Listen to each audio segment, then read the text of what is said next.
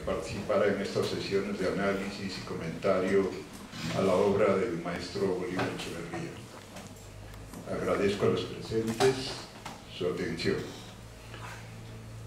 Comienzo por decir que algunas obras se publican sin que ese haya sido el propósito del autor, ya que quizá de aquellas ideas ahí contenidas y que acaso cruzaran por su mente como vientos fulfianos, él no espera que vayan a convertirse más tarde en motivos y temas de investigación y discusión académica, aunque sí lo sean de discusión más amplia, intelectual. Agrego aquí que Definición de la Cultura es una de esas obras, pues como todos deben de saber, las lecciones y digresiones fueron escritas como notas para exposiciones acaso más detalladas para su cátedra de la Facultad de Filosofía y Letras de la UNAM. Al respecto, llamo la atención sobre otras dos obras que ya han demostrado su importancia como formadoras de disciplina académica y que tampoco fueron pensadas como obras publicables.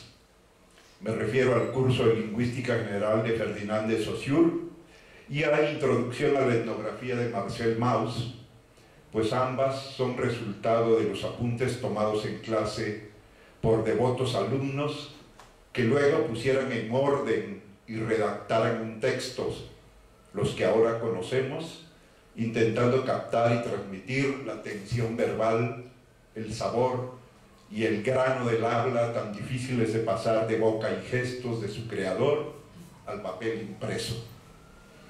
Antes de conocer el programa de estas jornadas de homenaje a Bolívar Echeverría, solamente sabía que debía hablar sobre esta obra, Definición de la Cultura. Pensé en ese entonces que con la seguridad de que la mayoría de ustedes la había leído, no tendría que analizarla, no tendría que decir de qué se trata, de qué trata, ni de su conclusión. Y pensaba decirles a los que no la hubieran leído que ojalá este relato los animara a hacerlo.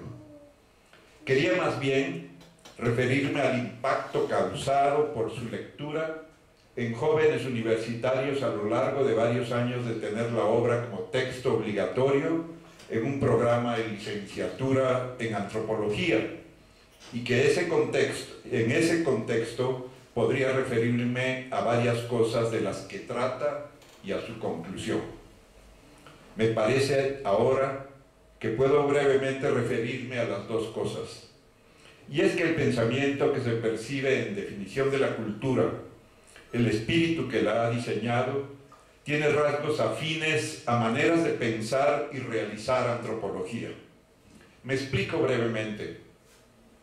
Algunos antropólogos definimos el objetivo de nuestra disciplina como un estudio de la especie a través de sus diferencias no específicas, o por decirlo de otro modo, culturales.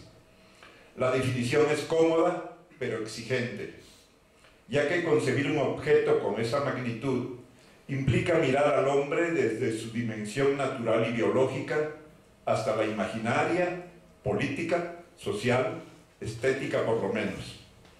Las mejores propuestas de esta mirada conciben a la criatura, hombre, como alguien que se forma formando simultáneamente las condiciones para su formación.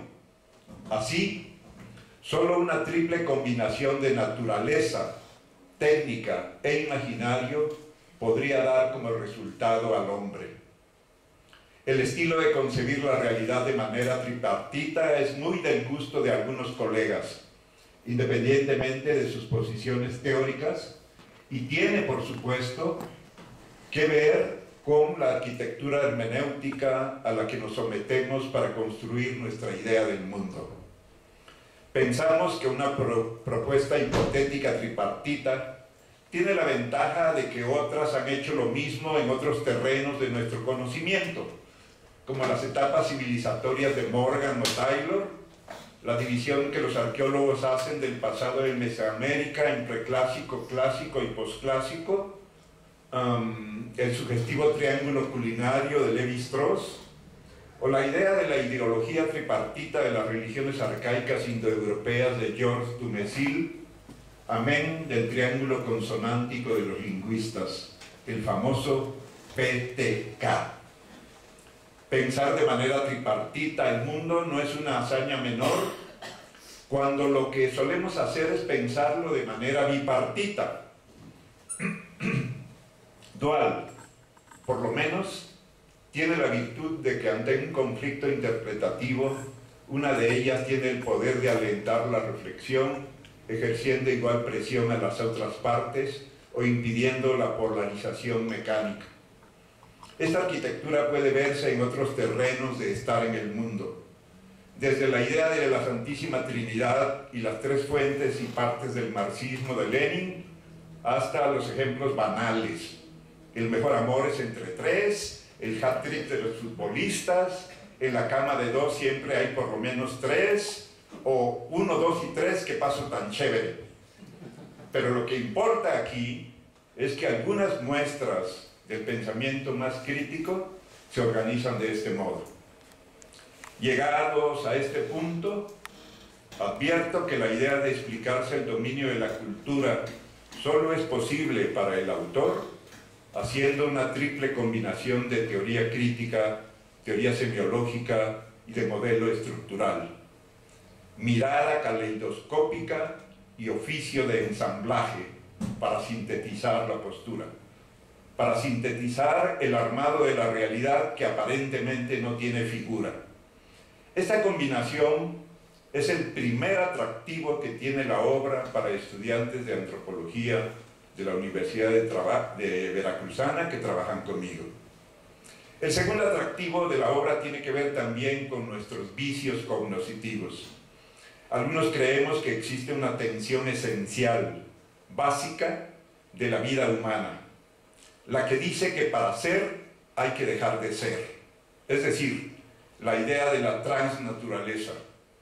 El hombre solamente es en la medida que deja de ser natural, pero sin olvidarse de ello. Su orden genético está entreverado con el orden imaginario, pero este solo es posible con el orden técnico, que no pertenece a ninguno de los anteriores y que solo es posible entreverlo también mediante la estética, es decir, aquel resultado de la eficacia y el placer en la reproducción de la especie. Para ellos, para mis estudiantes, para mí, la transnaturaleza solo puede apreciarse en su más compleja magnitud en la evanescencia. El hombre es comunicación él mismo, y es hombre por el proceso comunicativo, evanescencia de la naturaleza y la cultura, pues no solamente la identidad es evanescente. He aquí la segunda complicidad con el texto. Apoyado en Benjamín, Bolívar Echeverría nos dice que el mundo se hace a partir de compromisos históricos. Verabregunden, dice, con el cosmos, con la naturaleza vegetal, animal, mineral, con el espacio, con el territorio, con los que llamamos parientes, amigos, con ciudadanos, con nacionales. Todas ellas elección cultural y civilizatoria. Tales compromisos son pactados y cumplidos de muchas formas, fundamentalmente mediante los mitos, pues todo mito es compartido por lo menos por dos: los rituales y otras formas narrativas de lo imaginario, el tiempo y sus variantes, la reproducción y sus formas, la comunicación y sus perversiones. Compromisos entre la permanencia y la evanescencia, es decir, ejercicios de libertad del hombre ante la elección múltiple que puede hacer estando en el flujo, como dice nuestro autor. La discusión entre Sartre y Lévi-Strauss que aquí se señala al mismo tiempo los límites de esa libertad, de esa autonomía.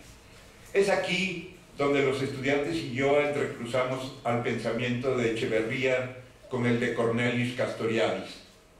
La libertad de Echeverría es acaso el proceso de desbastar la caverna de Castoriadis para que aparezcan otras figuras, otras evanescencias. Esta es la tercera complicidad que sentimos en su lectura y discusión.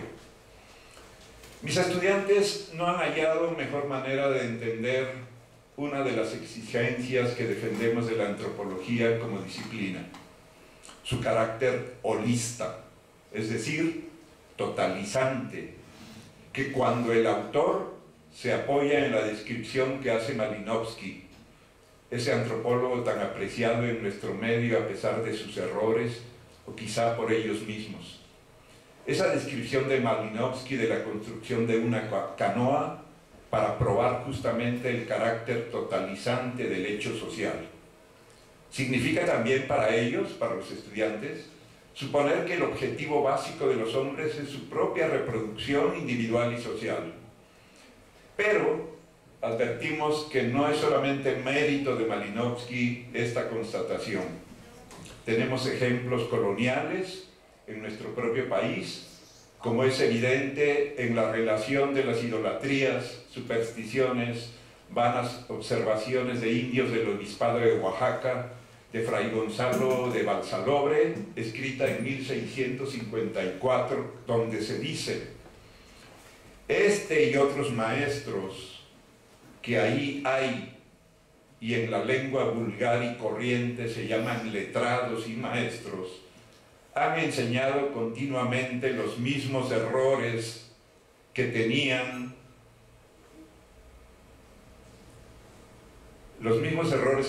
en su gentilidad, para lo cual han tenido libros y cuadernos manuscritos de que se aprovechan para esta doctrina, y en ellos el uso y enseñanza de 13 dioses, con nombres de hombres y mujeres, a quienes atribuyen varios efectos, así como para el régimen de su año, de donde con sortilegios sacan la variedad de sus respuestas mágicas y agoreras, como para todo género de caza y cualquier pesca, para la cosecha de maíz, chile y grana, para cualquiera enfermedad y para la medicina supersticiosa con que se ha de curar, y para atajar los trabajos y muertes que no lleguen a sus casas, para el buen suceso en las preñeces y partos de sus mujeres, y para que se logren sus hijos,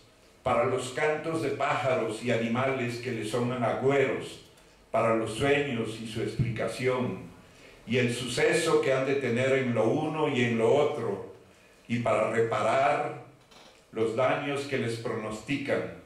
Finalmente, para cualquiera cosa que necesitan, ocurren a uno de estos letrados o maestros, los cuales, echando suertes con 13 maíces, en reverencia de los dichos 13 dioses, les enseñan a hacer horrendas idolatrías y sacrificios al demonio, mezclándolos con muchos ritos y ceremonias supersticiosas. Otra vez aparece la relación que une la reproducción a las creencias, volviéndolos una unidad diferenciada. Sobre esta reproducción puede edificarse todo. El mundo es actual, pero posible. Esa es su totalidad. Idea que ha hecho que los estudiantes regresan a aquella otra, donde la concreción de la realidad por las múltiples determinaciones de las que ya nos había dicho Karl Marx. Esta lección es el mejor guiño cómplice que se puede tener de un autor consagrado, y el ánimo de leerlo se acrecienta, ya que permite entender otras posibilidades eficaces del mito y el ritual como instituciones imaginarias. Pero también tenemos otro ejemplo, el de la unidad del mundo, como lo prueba el folio 16 verso de la historia tolteca chichimeca, en donde un torbellino de agua y un torbellino de fuego son la unidad del mundo. Y así son 4 las complicidades encontradas hasta ahora entre esta concepción de la antropología y el problema planteado por el texto. No es menos importante para ellos la consideración del Homo semioticus, pues es el desdoblamiento de lo que hizo posible la sociedad humana, según otro de nuestros clásicos, la reciprocidad. Proceso que permite pensar que todos se transforman entre sí porque todos se comunican, y que se comunican porque se necesitan, y se necesitan para transformarse en una cadena interminable que viene a resultar precisamente en lo político, la concreción de deseos y aspiraciones, ahora sí humanas, a través del código, es decir, la función metalingüística del proceso comunicativo y campo instrumental al mismo tiempo, y a través del mensaje, es decir, la función poética del habla y de la lengua. Todo esto significa la imposición de un principio de realidad, por supuesto, ya que quiere decir que se pueda decir, que signifique, que establezca realidad y que haya respuesta, lo que implica a su vez una voluntad de saber. La política es así, la imposición de un código, pero también la aceptación de su necesidad, ya que contiene un proyecto de autorrealización dentro de lo actual y efectivo, dentro de lo posible o potencial. Esas ideas afirman para los estudiantes la necesidad de estudiar a sus propios clásicos, pues encuentran precisamente en Echeverría el uso crítico de tal tradición de pensamiento. Y vamos contando alegremente 5 entrecruzamientos de la antropología como disciplina con la propuesta contenida en esta obra. Si por modernidad hay que entender una forma de totalización civilizatoria, y si por realidad hay que entender el posible o potencial y el actual o efectivo, entonces este doble juego de que una totalización puede ser efectivo o potencial es lo que puede indicarnos que nos ubicamos en varios circuitos de conexión con esa realidad producto, como sugiere Echeverría, de un cambio tecnológico que afecta a la raíz misma de las múltiples civilizaciones materiales del ser humano.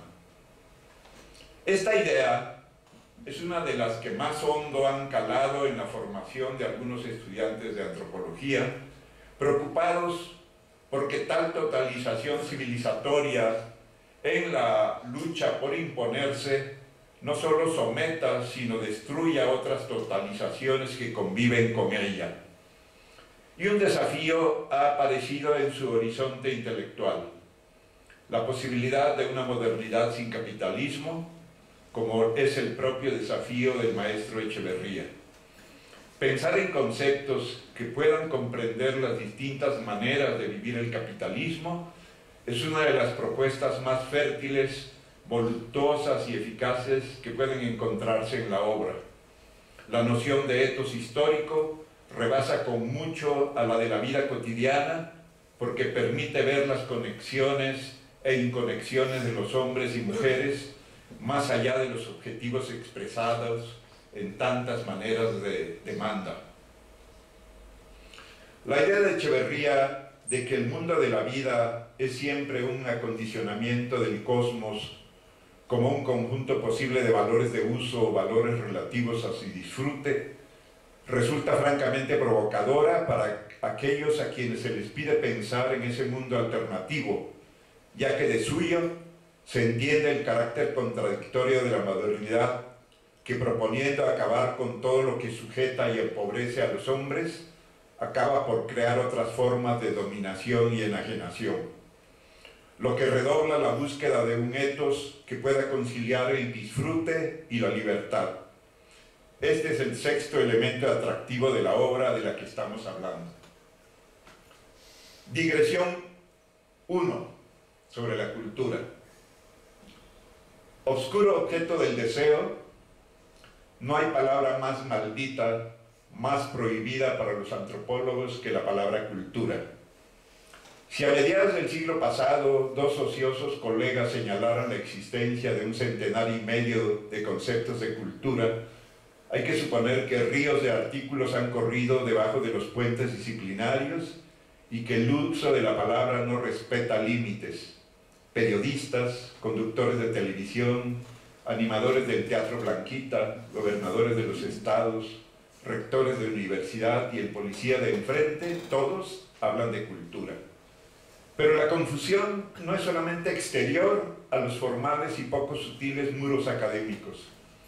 También dentro hay desacuerdos a los que no quiero referirme, sino solamente señalar en este ejemplo a cierto etnólogo francés de apellido Descola, que señalaba que acaso la división comprensiva que siempre hemos utilizado como oposición para la comprensión del mundo en términos de naturaleza-cultura era solamente un artificio cognitivo de Occidente, es decir, una violencia epistémica frente a otros que no suponen tal división. Buenas intenciones nos apremiarían a aceptar tal duda. Sin embargo, basta haber observado y reflexionado algunos rituales de no importa qué parte del mundo para ver cómo estos son pequeñas estrategias para no volver a la confusión, al caos, a la naturaleza, y que se ha elegido una alternativa que implica ordenamiento, represión, administración de las ventajas y desventajas, búsqueda del disfrute y la permanencia. Por eso la cultura es un dominio, la otra parte del caos, y todos los elementos que de esta situación se derivan, nacen, serán culturales, pero no cultura. ¿Cómo entender este dominio? La obra a la que nos estamos refiriendo sostiene algunas ideas atractivas. Dice Bolívar Echeverría: en todos los casos imaginables, la reproducción social del ser humano requiere para su cumplimiento de una precondición que resulta, si no ajena, sí de un orden diferente al de las condiciones operativas reconocibles en la perspectiva funcional de la vida animal y su derivación humana. Echeverría, 2001, página 20. Tal precondición, agrego, sin embargo, es el proceso mismo de la adquisición de un código complementario al meramente biológico.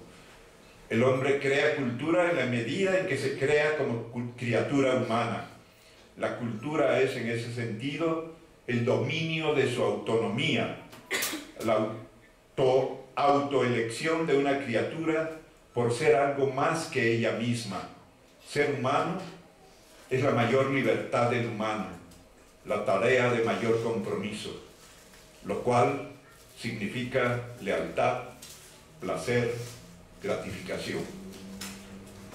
La historia de los sujetos humanos, nos dice Bolívar Echeverría, sigue un camino y no otro como resultado de una sucesión de actos de elección tomados en una serie de situaciones concretas en las que la dimensión cultural parece gravitar de manera determinante. Observaría que la dimensión cultural no gravita, sino que ellas son las elecciones tomadas, los actos que las criaturas eligen y no otros, y que esas elecciones resultan en un imaginario que se instituye, instituido. Agrega el maestro Echeverría: la dimensión cultural es un factor capaz de inducir el acontecimiento de hechos históricos. Agrega nuestro autor que les imprime a tales hechos un sentido, pues hay algo que rebasa y trasciende la realización puramente funcional de las funciones vitales del ser humano. Sobradamente pensamos que las manifestaciones de esa dimensión no ocultan, sino muestran en su complejidad los antagonismos, las oposiciones, los recortes de la falta de acuerdos de los hombres en sus diferencias, que ella es un terreno de confrontación y lucha, menos de opuestos que de diversidades. Con su idea de la dimensión cultural, el autor se refiere a una realidad que rebasa la consideración de la vida social como un conjunto de funciones entre las que estaría la función específicamente cultural.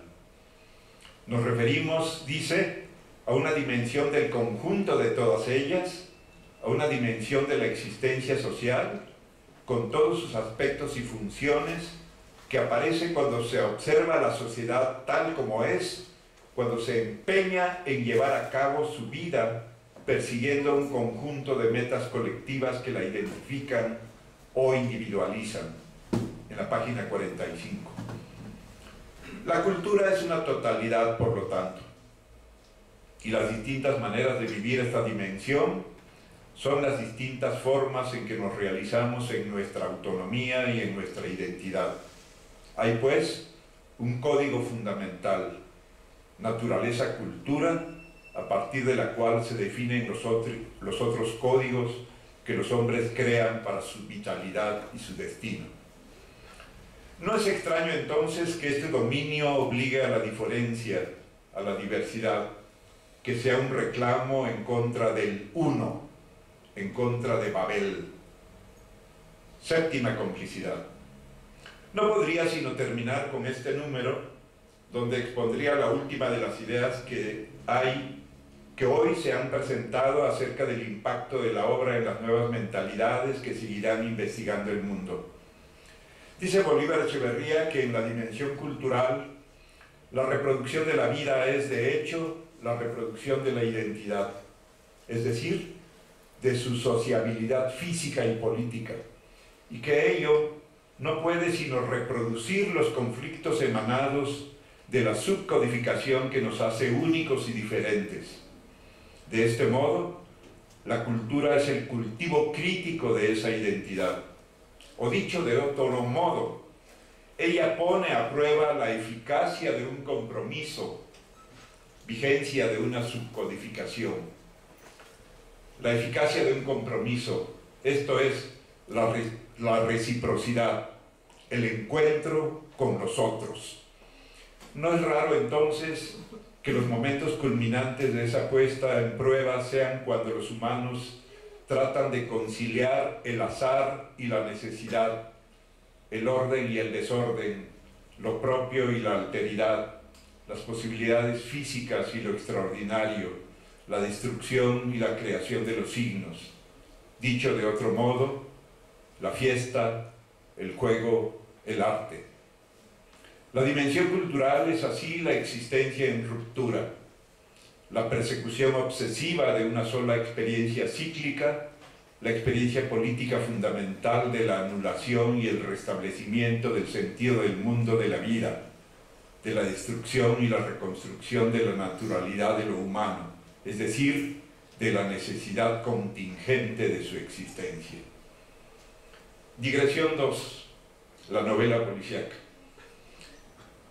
Definición de la cultura puede leerse como una novela policíaca. En cada capítulo, el autor nos ofrece un dato sobre el asesino, del que no sabremos el nombre sino hasta el capítulo final. Así, se nos promete en cada capítulo decirnos qué es cultura, pero la trama lo complica y solo lo sabemos hasta el final.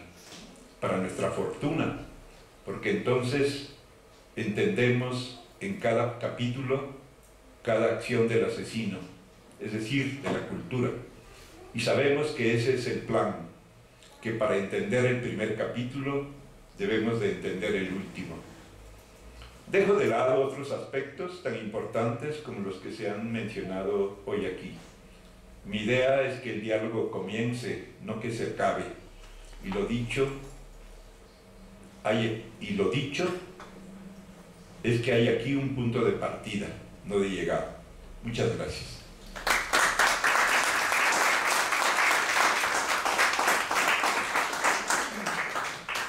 Muchísimas gracias, René. Bueno, vamos a abrir un pequeño espacio de reflexión, de preguntas, de comentarios. Dos obras que ya han demostrado su importancia como formadoras de disciplina académica y que tampoco fueron pensadas como obras publicables. Me refiero al curso de Lingüística General de Ferdinand de Saussure y a la Introducción a la Etnografía de Marcel Mauss, pues ambas son resultado de los apuntes tomados en clase por devotos alumnos que luego pusieran en orden y redactaran un texto, los que ahora conocemos, intentando captar y transmitir la tensión verbal, el sabor y el grano del habla tan difíciles de pasar de boca y gestos de su creador al papel impreso. Antes de conocer el programa de estas jornadas de homenaje a Bolívar Echeverría, solamente sabía que debía hablar sobre esta obra, Definición de la Cultura. Pensé en ese entonces que con la seguridad de que la mayoría de ustedes la había leído, no tendría que analizarla, a que participara en estas sesiones de análisis y comentario a la obra del maestro Bolívar Echeverría. Agradezco a los presentes su atención. Comienzo por decir que algunas obras se publican sin que ese haya sido el propósito del autor, ya que quizá de aquellas ideas ahí contenidas y que acaso cruzaran por su mente como vientos rulfianos, él no espera que vayan a convertirse más tarde en motivos y temas de investigación y discusión académica, aunque sí lo sean de discusión más amplia, intelectual. Agrego aquí que Definición de la Cultura es una de esas obras, pues como todos deben de saber, las lecciones y digresiones fueron escritas como notas para exposiciones acaso más detalladas para su cátedra de la Facultad de Filosofía y Letras de la UNAM. Al respecto, llamo la atención sobre otra. Pensamos que una propuesta hipotética tripartita tiene la ventaja de que otras han hecho lo mismo en otros terrenos de nuestro conocimiento, como las etapas civilizatorias de Morgan o Taylor, la división que los arqueólogos hacen del pasado de Mesoamérica en preclásico, clásico y posclásico, el sugestivo triángulo culinario de Lévi-Strauss, o la idea de la ideología tripartita de las religiones arcaicas indoeuropeas de Georges Dumézil, amén del triángulo consonántico de los lingüistas, el famoso PTK.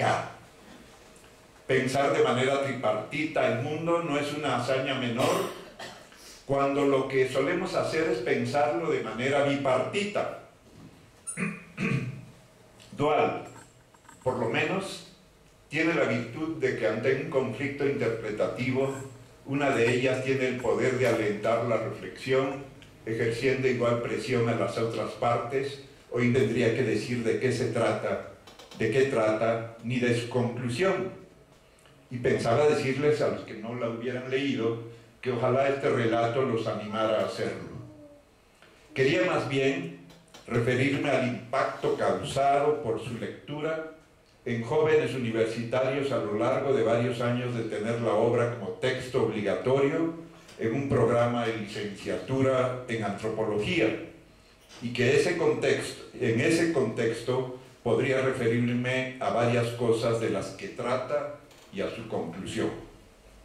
Me parece ahora que puedo brevemente referirme a las dos cosas.